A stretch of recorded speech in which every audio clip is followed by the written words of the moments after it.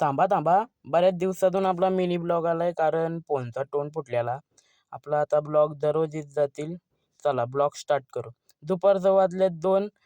आईने घेतली शेकटाच्या पाल्याची भाजी करायला. बाहेर आलो बघते तर भोका वाकडी मान करून झोपलाय. झोपू दे याला.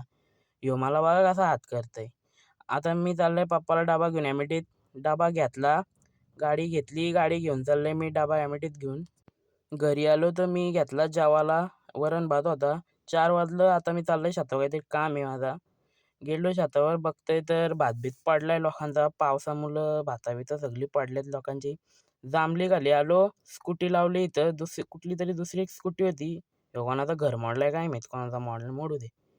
चाललंय रस्त्यात बघतोय तर दुसऱ्यांची भाता पण मस्त आल्यात.